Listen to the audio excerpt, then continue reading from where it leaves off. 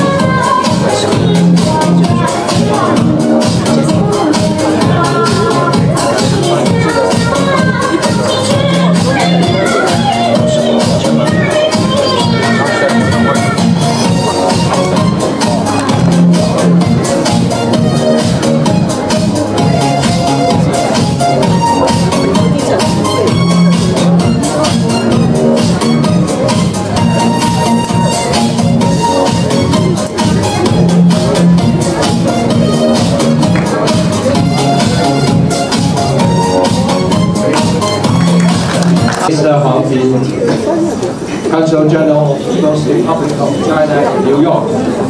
Mr. Jack Green, Chairman of the Sino-American Aviation Heritage Foundation. Mr. George Go, CEO of the China Institute in America. Mrs. Jen Barris, Vice President of the National Committee on U.S.-China Relations. Distinguished guests, dear friends, ladies and gentlemen, good afternoon.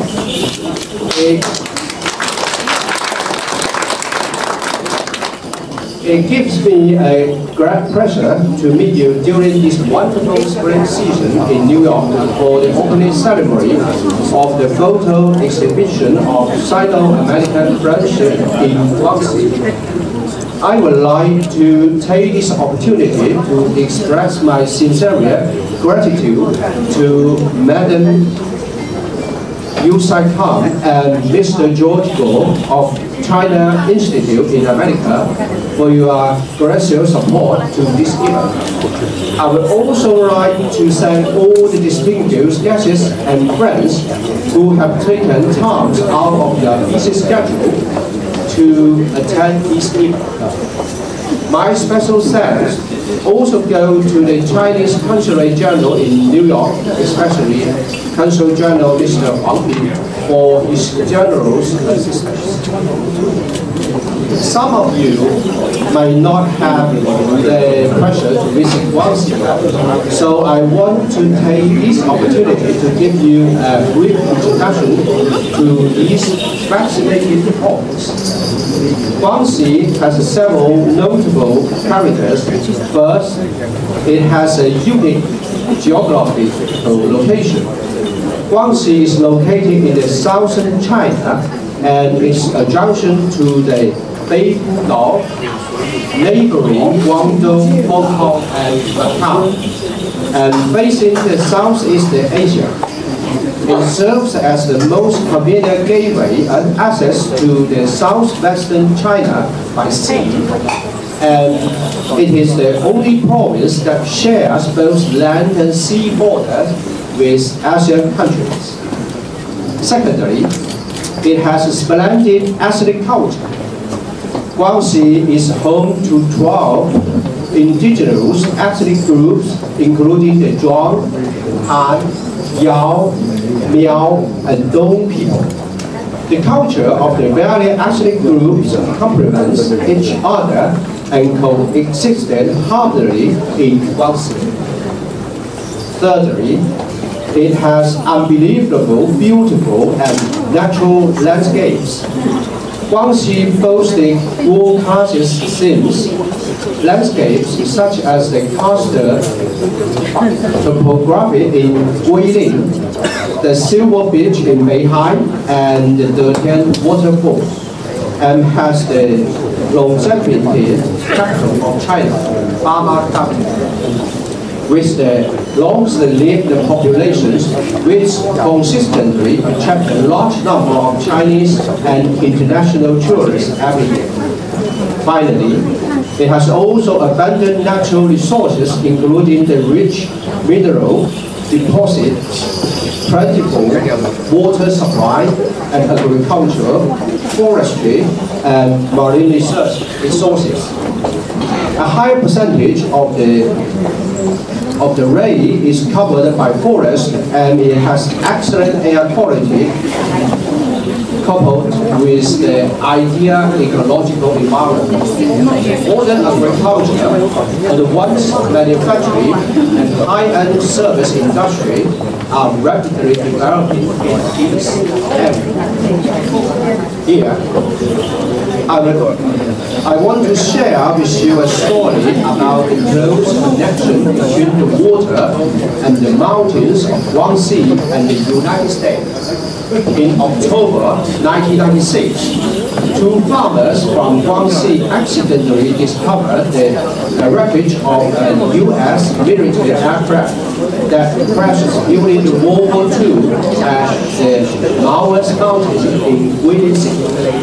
Since then, China and the United States have cooperated in the joint excavation, and the teams have searched for the wreckage of U.S. military aircraft, as well as the remains of the deceased soldiers in Guangxi. This work is still ongoing today. This story takes us back to the era of the anti-Japanese war during World War II. At that time, Guilin City of Guangxi served as a real area of the resistance against Japan in the war. General Chanel led the American volunteer group, also known as Flying Tigers, and they established an airfield in Guilin. American pilots flew over the hump route to transport the war supplies and carry out the bombing missions against the Japanese airports, ports, ships, and troops, serving with great distinction and leaving behind many well-known touching stories. Today, Guangxi still keeps its remains and the signs of activities of the Flying Tigers. The related relics and the historical documents are cherished in the Flying Tiger Heritage Park in Guilin, which attracts a large number of tourists as well as the primary and secondary school students. People from all walks of life come to visit and pay their respect to everyone. The Chinese government valued the general support provided by the Flying Tiger during the war and attracted great importance to pass down the spirit of the Flying Tigers. Last year, President Xi Jinping of China replied to a letter from Mr. Jeff Green, chairman of the Sino-American Aviation Heritage Foundation, and the veterans of the Flying Tigers, and the Vice President Han Zheng met with the Flying Tiger delegations in Beijing. Guangxi has also received visits from Flying Tiger veterans and their relatives on multiple occasions. The Flying Tiger Heritage Park in Guilin received representatives from government departments, research institutes, and school students from all over China every year. By telling the story and reliving the memories, they carry forward the spirit of the Flying Tigers, and this strengthens the relationship between the peoples of China and the United States. Guilin City of Guangxi has welcomed over 300 many heads of states in the past years. including presidents and the former presidents of the United States, such as Richard Nixon, George H.W. Bush, Jimmy Carter, and Bill Clinton. The people of Guangxi cherish our friendship with the people of the United States, and people-to-people exchange between the two sides has become increasingly closer. Several pairs of sister states relations has been established, which permits a wider range of exchange activities. Cooperations in fields of economic, trade, education, culture, tourism, and people-to-people exchange continue to advance. In particular, last year, thanks to the continued support provided by the chairman, Mr. Jack Green, Liuzhou Wuxi Experimental Middle School and the Schofield Middle School of the United States established the Flying Tiger Friendship School, and the Flying Tiger Youth Program was launched. This has provided a new platform for friendship and cooperation between the two sides. This year marks the 45th anniversary of the establishment of the diplomatic relationship between China and the United States. And we hope that this photo exhibition held at the China Institute in America in New York will prolong the friendship between China and the United States that was initiated in Guangxi.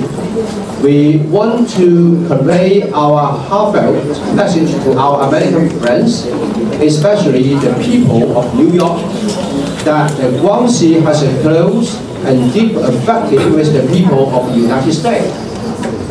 We in Guangxi value the friendship exchanges with the American people. Henceforth, we sincerely invite all our American friends, especially New Yorkers, to visit Guangxi and experience the world-class landscapes of Guilin and the picturesque coastal Syria, manifesting close border waterfall, rich ethnic custom, and the colorful culture. We hope that both sides can exchange, cherish our shared stories, and value the close relationship, expand our common interests, and seek the common ground while respect difference. We looking forward to the future and join hands in creating an even brighter future for China-US cooperation.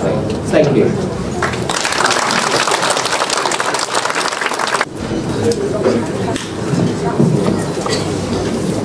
Thank you, Vice Governor. His Excellency Huang Ping, Consul General of the People's Republic of China in New York, is one of the most famous Chinese diplomats nowadays. About 6 years ago, His Excellency Huang Ping and his better half, Ms. Dang Aiping, a very beautiful lady. She speaks dynamic English. They moved from Zimbabwe to New York. So they spent here almost 6 years. So I'm very privileged to call upon His Excellency Huang Ping to give a speech.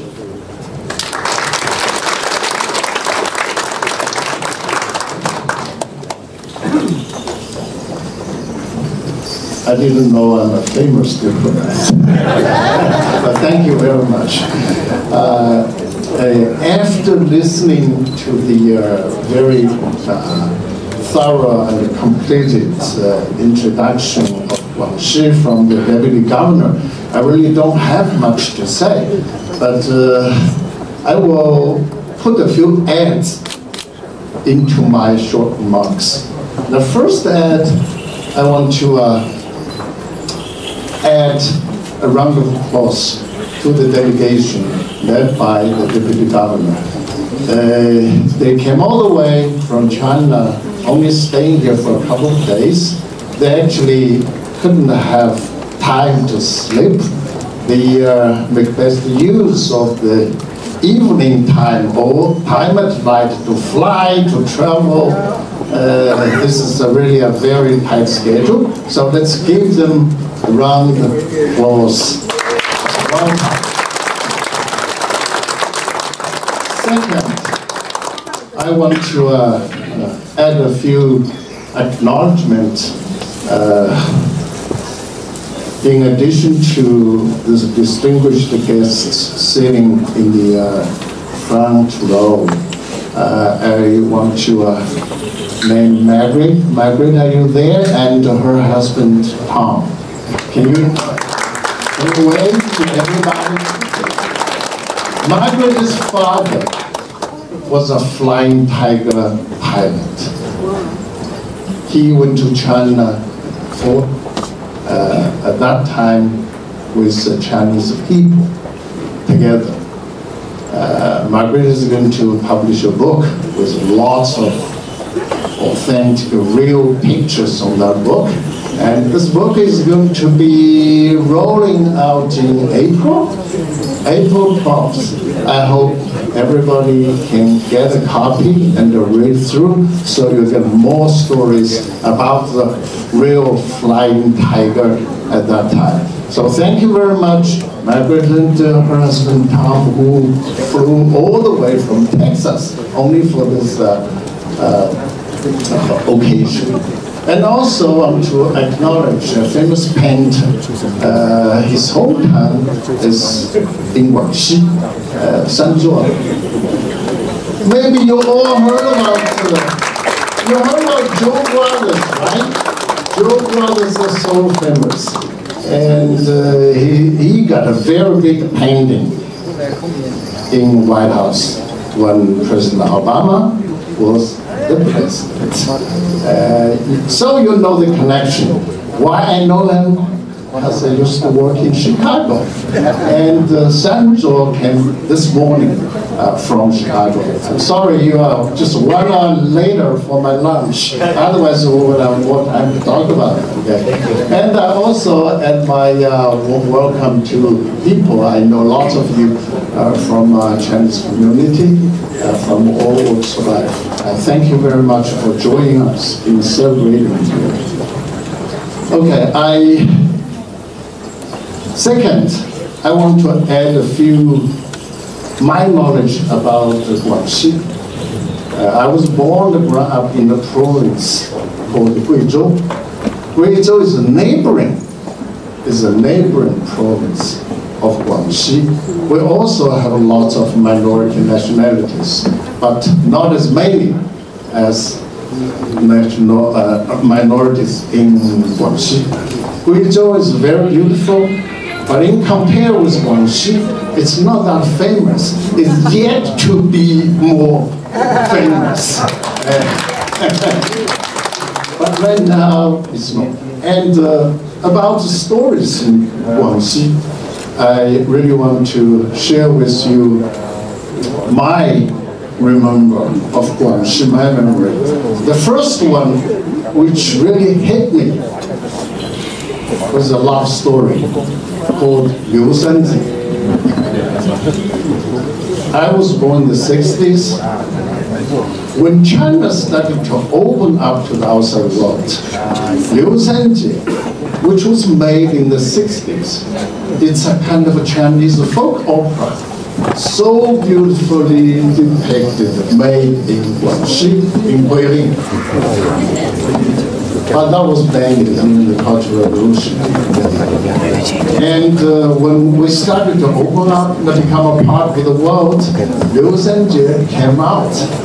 And I was really attracted by the songs of Liu Sanji and her image. And she stayed in my memory until now. I still remember all those words how she sang that, and the tunes and all the things about Guangxi. If you want to know the culture of Guangxi, probably this is also a gateway for you to know things about Guangxi, the culture. If you get time, just search and watch the life of Liu Sanji. You won't be disappointed. And our theme today is about the flying tiger. You have heard a lot from the Lieutenant Governor. My ad is like that.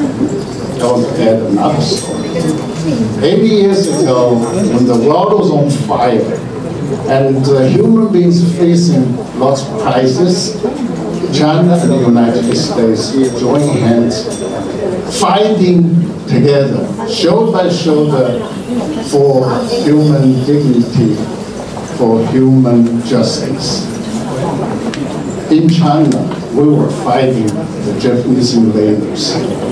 We were so appreciated that so many American volunteers came to China fighting in the Chinese sky.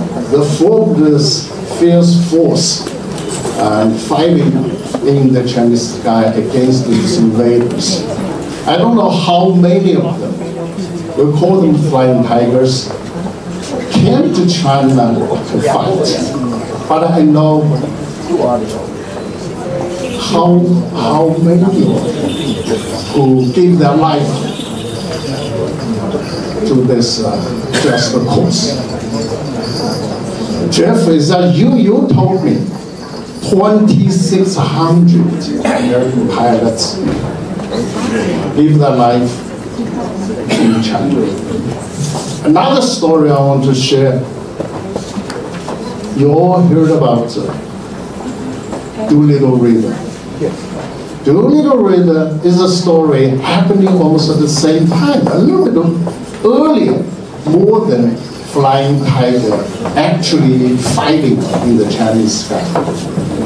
When Doolittle River happened, those pilots, 80 of them, they knew they won't be able to go back and land in the carriers, the Hornet. Too small for the bombers to land. They merely managed to take off from that carrier, and they accomplished their job in bombing all those major cities in Japan, sending a very strong signal to warn the Japanese that even your homeland is not secure. After the bombing of Pearl Harbor. So those pilots, they knew, but they took the job, they throw the bombs, and they flew west. Because they were told, try to land to China, to the coast. That's the only choice, there's nowhere to land. So they all tried, and they were so lucky. All those 16 bombers were carried by a very strong, unusually strong west wind, and they managed to reach the coastal area of China and Russia. Only one plane landed in Russia, all the others crash landed in Japan. And more than 60 of them, I don't know the exact numbers, sometimes it's confusing. I checked from the internet, some people say it's 64, some people 62, but anyway, more than 60 of them were rescued by the Chinese, most of them civilians. So they were rescued in the coastal area of Zhejiang, Jiangsu, Jiangxi provinces and sent to Chongqing. That was a temporary camp, and coming back to America. The Japanese got very angry, so they launched a campaign trying to find who rescued those American pilots and where are the airports they want to wipe out. So launches a campaign and they killed 250,000 Japanese. So those were the stories we need to know. Lots of people only know flying tigers. I want everybody also to know the Doolittle rate. I want people to remember Americans, Chinese, we're all human beings. Despite we have differences, we can work. Fight. We work together, we fight together for human dignity, for human justice. If we could do that 80 years ago, we should be able to do that today. In the 70s, China and the US, we normalized our relationship.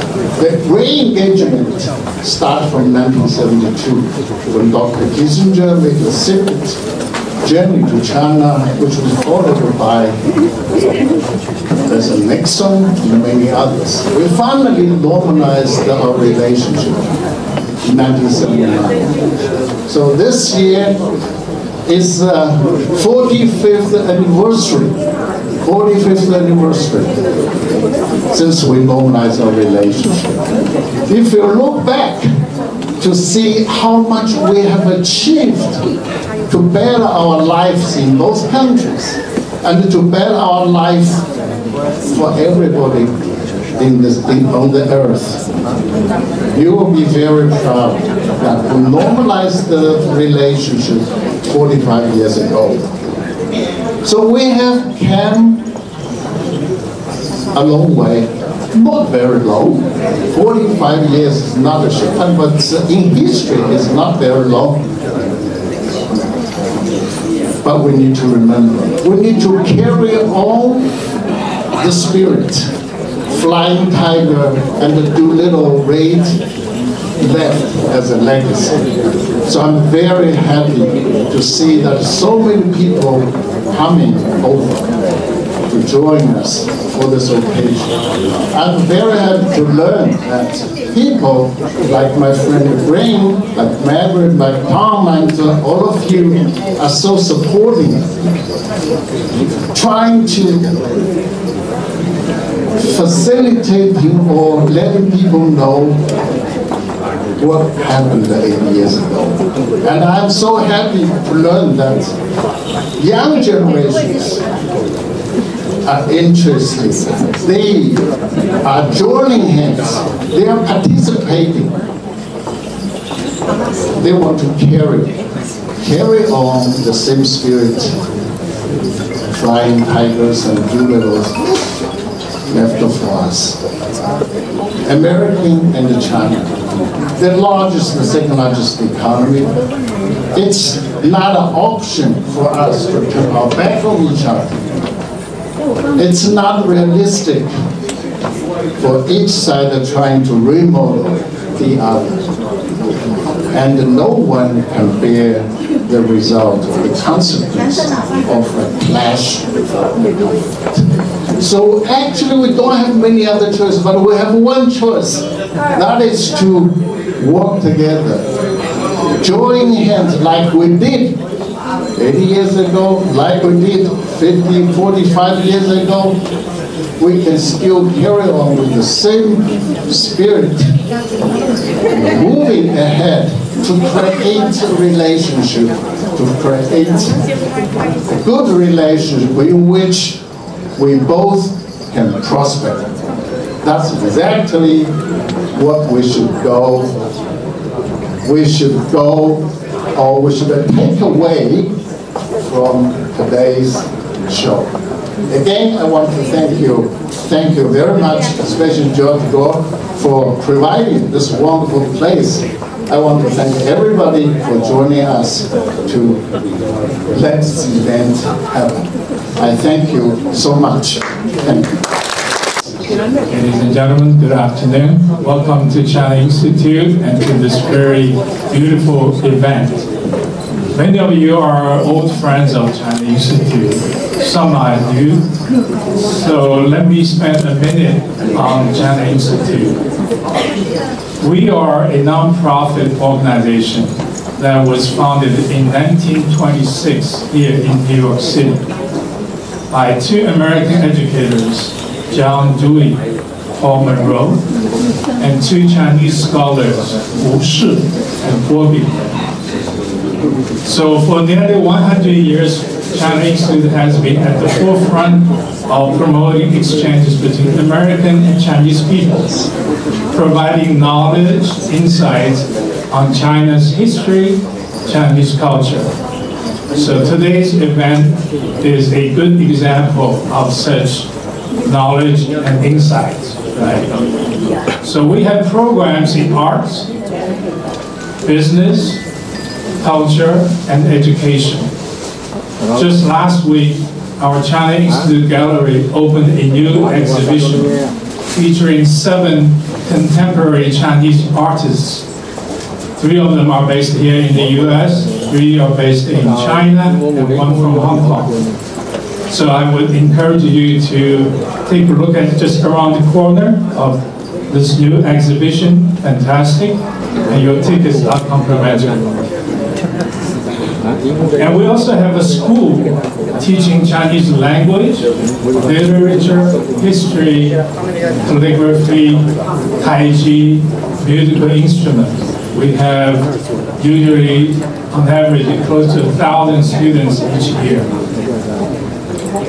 And since 2004, we have held annual executive summit that brought US and Chinese business leaders together for discussions on economic business issues in both countries. Now, on June 6th this year, we are going to have a grand opening of the first ever Chinese Culinary Center, China Institute Culinary Center, downstairs on the ground floor. So please come back and visit us then. Now, as we kick off our centennial celebration, we are very excited to bring China Institute to the next 100 years with our improved programs and activities. So I hope to see you come back more often for your continued support to China Institute. Thank you. Enjoy. Thank you, George. Thank you, and thank to China Institute in America. And now I make the floor for Mr. Christopher Martin, Council Member of the City of New York.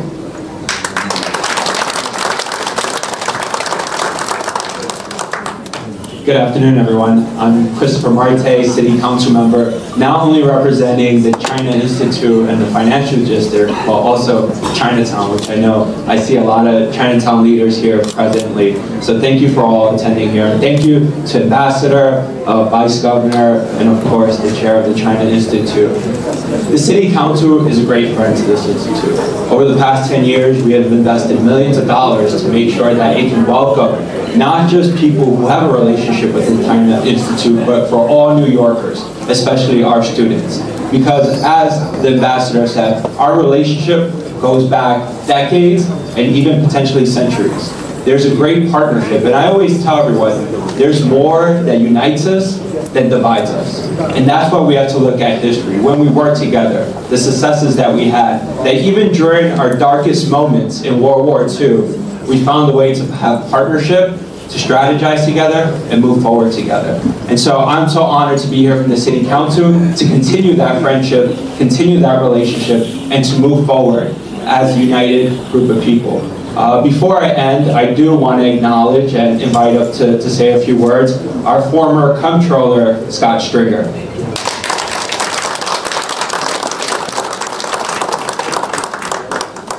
Well, let me just say it's very tough to follow the great ambassador and to follow Councilmember Marte, because they say what they believe, and what I hear from them, and I think President Lee and President George would agree, is we really have this unbroken bond, this friendship, this economic alliance, and also a community that works together.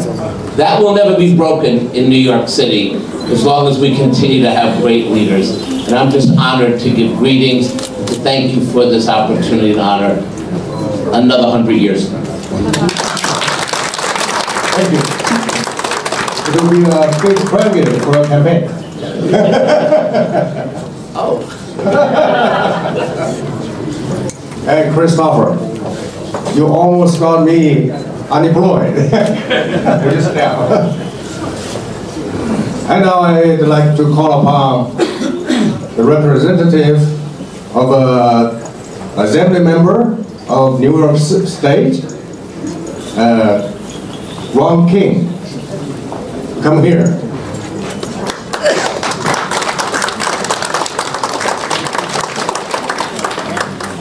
Good afternoon, everyone. Thank you for all the great honor to attention the photo exhibition on Celebration American Friendship in廣西opening celebration in New York City. My name is Eunice. I attended today as an event for honor of the New York State Assembly Ron King, and I have brought New York State greeting letter for the New York State representative for the Dragon Year. And then this is for廣西People Association for Friendship with foreign country member for the contribution by the community to congratulation the beautiful team. Thank you so much. Thank you. And thank you for bringing us the support from Ron King, Assembly member. And now, may we have the most exciting speech, which will be made by Mr. Jeffrey Green, Chairman of the United China Aviation Foundation. Please.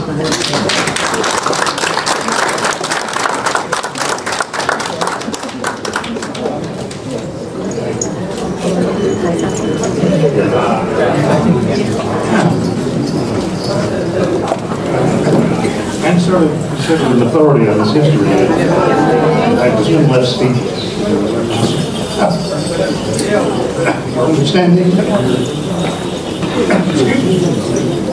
Your understanding of the importance of the relationship between China and the United States, based on the history of the Second World War. Honorable Vice Chairman.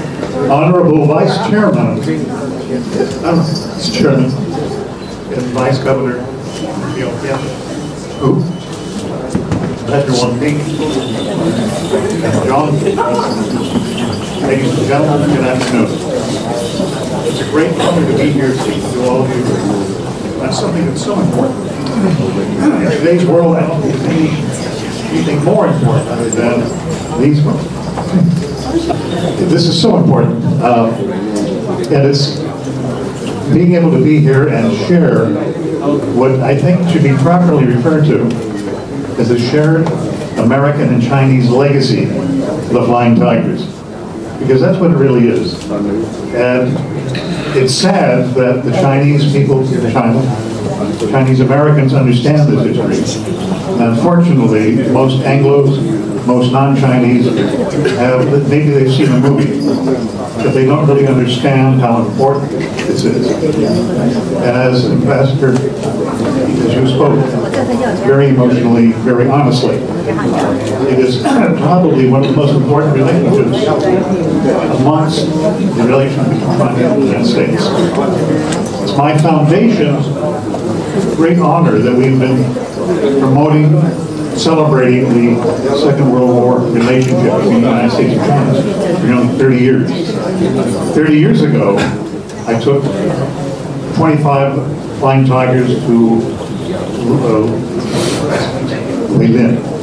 Those were the first American soldiers to return to Weilin since the Second World War. We've been to, so far, we've been to 33 cities, 12 provinces, promoting sharing.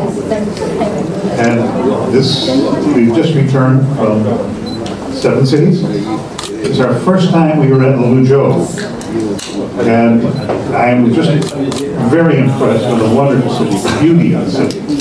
It's a city that all Americans need to know about, because I'm sure once Americans learn about Luzhou, they'll go there. They'll go and see what a truly wonderful city it is, and how truly wonderful the people are, and how important the American relationship and the Chinese relationship is together there. We are very lucky that on the past trip, as the Vice Governor said, we received a very important letter of support from President Xi Jinping. I didn't understand how important that would be until we got there. But the news coverage, the way we were greeted, the way our veterans were treated, we had 2 veterans and we had 30 Flying Tiger family members. Margaret and her husband Tom and Cliff Long. We didn't mention Cliff Long's father was a very famous fighter pilot and one of our first board members. And it's just sad that he couldn't be with us, but I was very happy taking Cliff to see where his father flew. Margaret, the same thing. You saw where your father was. And her father was in Luzhou, he was in Guilin, and his photos will reflect that in his book. He was actually at Zhejiang when the Japanese surrendered to the Chinese army. Remarkable guy. So anyway, our letter to Xi Jinping was very heartfelt. He congratulated our foundation for doing this for 30 years. We have established a program called the Flying Tigers Friendship School Program. We started with 3 schools, Luzhou, Fuxing Middle School, the Zhejiang No. 4 School, and the Las Vegas Jack Schofield School. Jack Schofield was a Flying Tiger, one of our board members. And those students at Jack Schofield School know about the Flying Tigers. Their sports team is the Flying Tigers. Their sports uniforms are very commemorative and so on. So with these 3 schools, each year now, we're very fortunate that we can be part of President Xi's invitation to bring 10,000 American students to China in the next 5 years. We just signed an agreement with the Chinese Bureau of Information, or actually Education, that they will sponsor 100 students a year from America to China for the next 5 years. We have 2 other ministries that are adding to that. So this year we're going to be taking about 200 students to China. And we'll also be bringing Chinese students here. And what they will learn is the history of this connection and how close China and America are, how close the Chinese people are. And one of the best ways, and you were talking about the relationship. It was great the way the Chinese military men fought with it. You know, the regular Chinese army, PLA, 4th Road Army, you know, all the forces. But something is more remarkable that, as I said, there were 2,500 American airmen who were killed in the war. But something was remarkable was that 897 American airmen were rescued by the Chinese people. Not just the new little raiders, but pilots all over in every province of China, just about. But here's the thing, as the ambassador was suggesting, the Japanese did such a terrible retribution after the new little raid. The idea was it was an object lesson to the Chinese people. You help these people, and we'll kill your whole family. We'll kill your whole village. That's a remarkable thing. I don't know. Well, it's like going back 5 centuries of human history. But the thing about it is so amazing that when a Chinese person, you know, a doctor, a lawyer, a farmer, whatever, they look up and they see an American coming down on a parachute. Well, of course, the natural thing to do is go help him. But if you were a Chinese person who helped an American pilot, you'd have to think, if I go help that guy, my whole family can be destroyed. And that was the case. The total Navy of times 350,000 Chinese. It's, you know, that's a Holocaust. And I think the best way for Americans to understand it, it's like the Jews of Europe. Jewish families in the United States understand that kind of a Holocaust. People in China do understand. But it's very important that we teach the American people to understand that. And I don't think there's any two nations who fought so closely together and sacrificed something for each other. So and that's what we'll be teaching our students. Right now, as of this moment, we have 22 schools in China that want to participate with us. We have 12 schools now in the United States. So we're really looking forward to this. We want to work with this as a student. We want to work with everyone to do this. Because each year, 2 to 3 years from now, we'll be sending 1,800 kids to China back. I don't know what's more important than that. Let me say one thing that is remarkable, that the letter President Xi wrote, to say he congratulated our foundation. What he went on, the basis of his letter was to say how important it is to educate people. He said, you know, it's important together that people understand. He said it's very important that our youth understand so that we have flying tigers in the future. That is remarkable, and we saw it in our trip. Everywhere we went, and the commitment. Also, we were very fortunate. We met President Xi at the Apex conference, and he repeated that to my wife Catherine and I. And again, how important it is that we have cooperation, understanding it, how important it is to be. And again, he said the importance of having flying tigers for the future. So that's what we do. We're very happy to be here. We started the foundation. We started the foundation with 500 flying tigers. We're down to about 12. We had 2 on this trip. One who was 103, and one who was 88. And the little letter was he come first. They stated these will be the last health, regional. These should be the last flying tigers in China. And they were treated wonderfully. Let me say one thing that I can share this with you. I've been taking these men back to China for all these years, and I saw the same thing when they're there. It took me about 10 years to figure out what it is. When they get off the airplane and they go to the cities, particularly in the last 10 years, they see the cities, they see the trains, they see the airports, they see the expansion, the optimism about the future. And I couldn't understand this. The same look in all their eyes. It dawned on me. The look in their eyes is pride. They are proud. They are proud of China today, as if they're Chinese citizens. And that's a remarkable thing. And Margaret, I think you've seen that too. But because they feel what it's China. They have a very important part and played a great role in allowing China to become what it is today. So anyway, I want to thank you for having us here. I want to thank the association for this wonderful, wonderful organization this event today. We're also doing a photo exhibit in the Air Force Museum April 18th. We have several hundred photographs that the pilots themselves have given us. And we have a former ambassador. We have 5 Air Force 4-star generals. It's very hard to get 5 retired Air Force generals in any place at one time. Several congressmen. We have governors from China, several province leaders, and so on. So that is what we're continuing. We're also taking that same exhibit to China this year. So we're moving 10 cities with the exhibit, and that will be part of our continuing children's program. So, but that's pretty much it. It's just, it's so good and so happy to be here and sharing this with all of you. And I look forward to coming back again, cooperating with you and sharing more stories of the flying tigers. Thank you. Thank you, Jeff. You bring us a lot of stories, a lot of ideas. Thank you. And now we may have a most instructive speech. So I call upon Ms. Jan Berry, Vice President of the National Committee on U.S.-China Relations, to address. Please.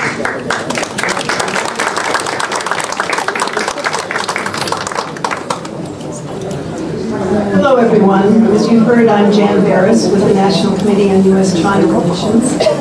The person who very kindly introduced me said I would be the most instructive. I think that knowing that I'm the last speaker and therefore the person who is between all of you and the food that is over there and perhaps seeing some old friends and meeting new friends, I'm going to be very short. I'm very honored to have been invited to speak here today. It's actually the fourth meeting that's had as one of its themes, or actually the other ones it's all a major theme, being the 45th anniversary of normalization of relations between the United States and China. And that's been very important. There have been lots of people at each of these events who's come up and talked about the importance of having a strong, stable, mutually respectful relationship between our two countries, between China and the United States. But this is really the first of those four events where people have spent a long time talking about something that's very, something that brought together the two people of our countries in ways that they had to face and to resolve life and death situations. And while we don't have anything as dramatic on our plate today, we do have the fact that the relationship between our two countries has been deteriorating over the past several years.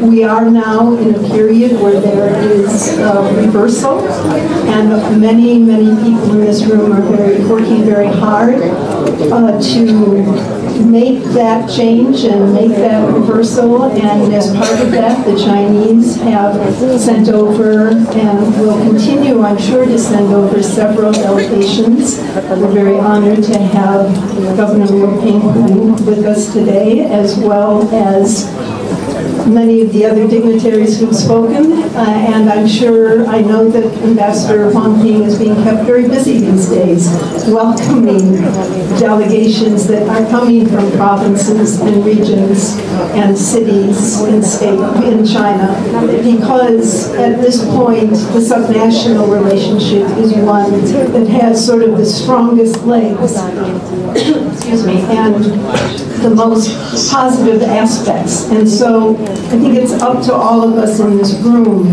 to do whatever we can to help to bring back not the life and death aspect of the relationship, but the focus on the importance of people-to-people relationships, people getting to know one another and realize that we really have no choice. And so while the 45th anniversary is one of normalization of relations, is one of the themes that ties in really well with the other theme of the Flying Tigers, who were a shining light of an example of how our two peoples can work together. And it's wonderful that Jeff and his organization are working to keep that spirit alive, as the ambassador said. So those are the two of the three themes of the evening. The third is the province of Guangxi. And I have to admit, I've been to China many, many times, over 150, 60 times. I stopped counting many years ago. But probably my most, I've only been in, Guangxi once, but it was probably my most favorite trip. And it was favorite for two reasons. Three reasons. One is because I was there with my family. I took my parents, my siblings, their spouses, my favorite aunt and uncle. There was a group of about 16 of us. And we went to China, and we went to many areas where I had worked. As you heard, I'm the Vice President of the National Committee on U.S.-China Relations, and in the early years of the relationship, we brought a lot of mayors and governors from China and sent a lot of American governors and mayors to China. And so, not being sort of a clever person, I took my family to places where I knew the governors and the mayors to ensure that we had a very warm welcome. And one of the places we went was Guangxi, because I knew the then mayor of Guilin.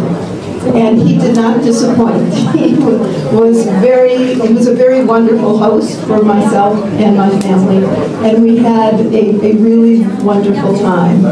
The second reason why it was such a memorable trip is not just because of your graciousness, but because of the beauty of your province. It really, as Ambassador Wang Ping said a little jealously, it certainly, at least now, has the reputation of being the most beautiful place in China. And it is quite spectacular.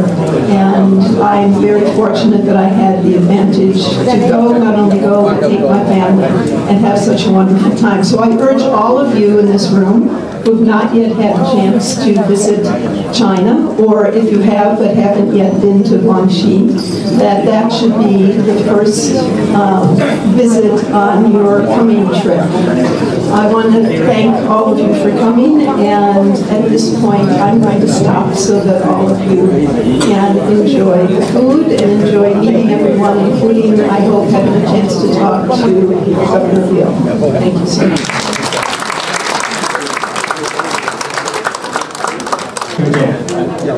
You've been to China 150 times, more than I. His first speech is from it. Is it? Yes, please give her another warm applause.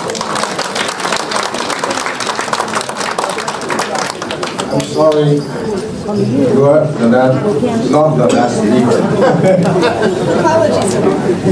And now I make the floor for Mr. Charles Riley, President of the Museum of Nassau County.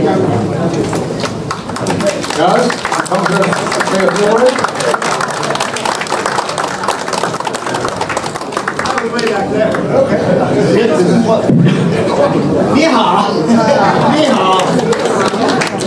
I am the director of an art museum. I loved the flying tigers when I was a little boy. I had an airplane and I painted it as a tiger.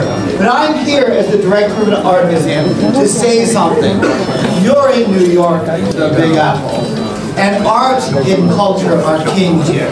And you've got, China has, they're very, very lucky to have the guy, Wang Ping, here, to be China's man in New York City. To have Madame Zhang as well, who plays a wonderful, wonderful piano. And the reason I'm going to say that is, you just gave a really, really good talk about history. But I'm going to make a pitch to you for this. And this is the role of art and the role of music, great guys like you, but the role of art in this amazing bond between the United States and China. Because it doesn't matter who's going to be the president of the country in November when you think about how long art lasts. You and I have talked about Li Bai and Bai Zhuyi and Du Fu. We're team. And also, by the way, Wang, I'm sure you gave a very good class. My job, and your job, many of you, and the job of this wonderful place too, and you did it too, is to be teachers. Be teachers. Many, 看到了我还不知道李白，我还不知道张大千。I could go to Hebei and I could say, hey, do you know Picasso? Do you know Leonardo da Vinci? Do you know Hemingway? Oh yeah, 没事，没关系，我知道。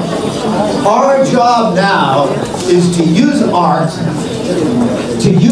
to build a bond, because that's the bond that's going to last.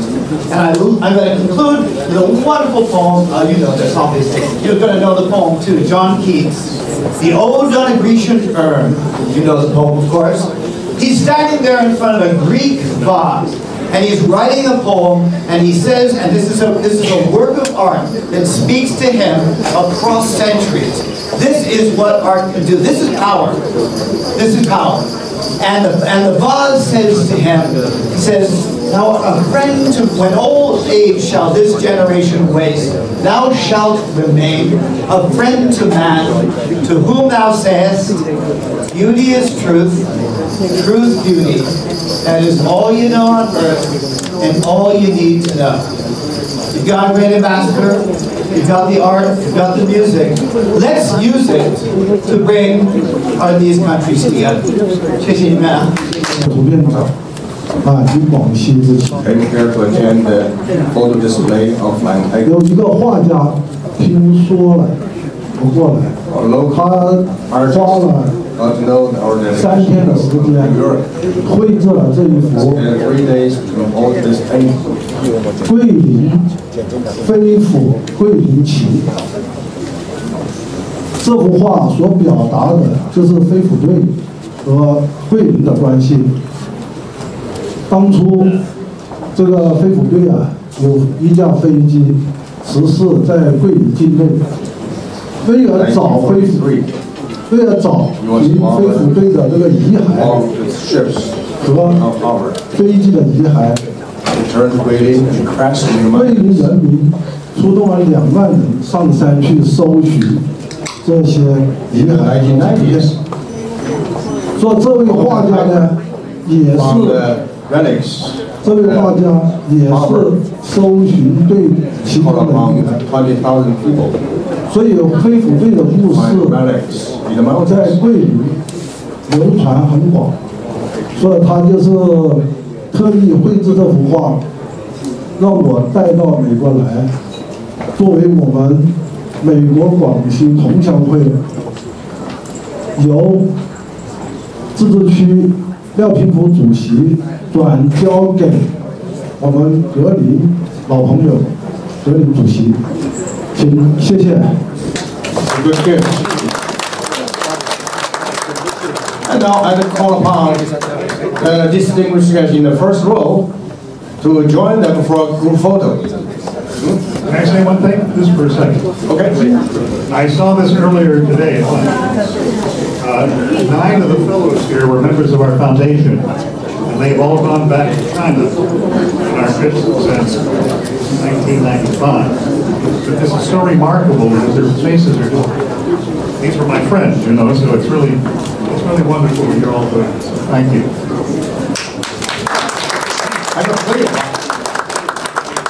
Yes, in the first row. Huh? Try, just 2015 marked the 70th anniversary of the Chinese war against the Japanese invasion. In that year, the Flying Tiger Heritage Park was opened. And Anna, and Cynthia, daughter of General Chanel, joined the delegation to the Bringing Heritage Museum. At this part are some old photos of Anna.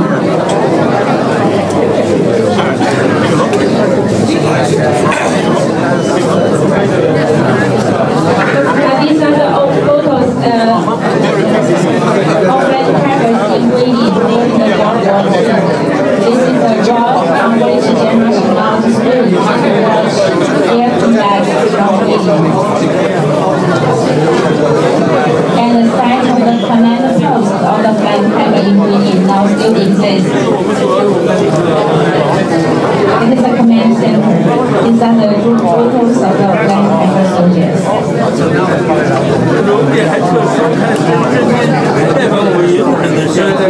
Love story. 辛苦了，对，上次见你还是回国之前21号的时候。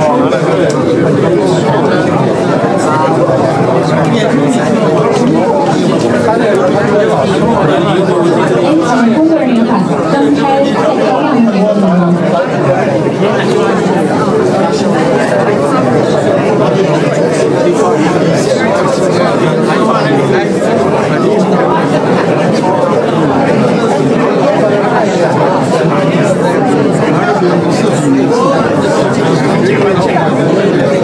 Thank you.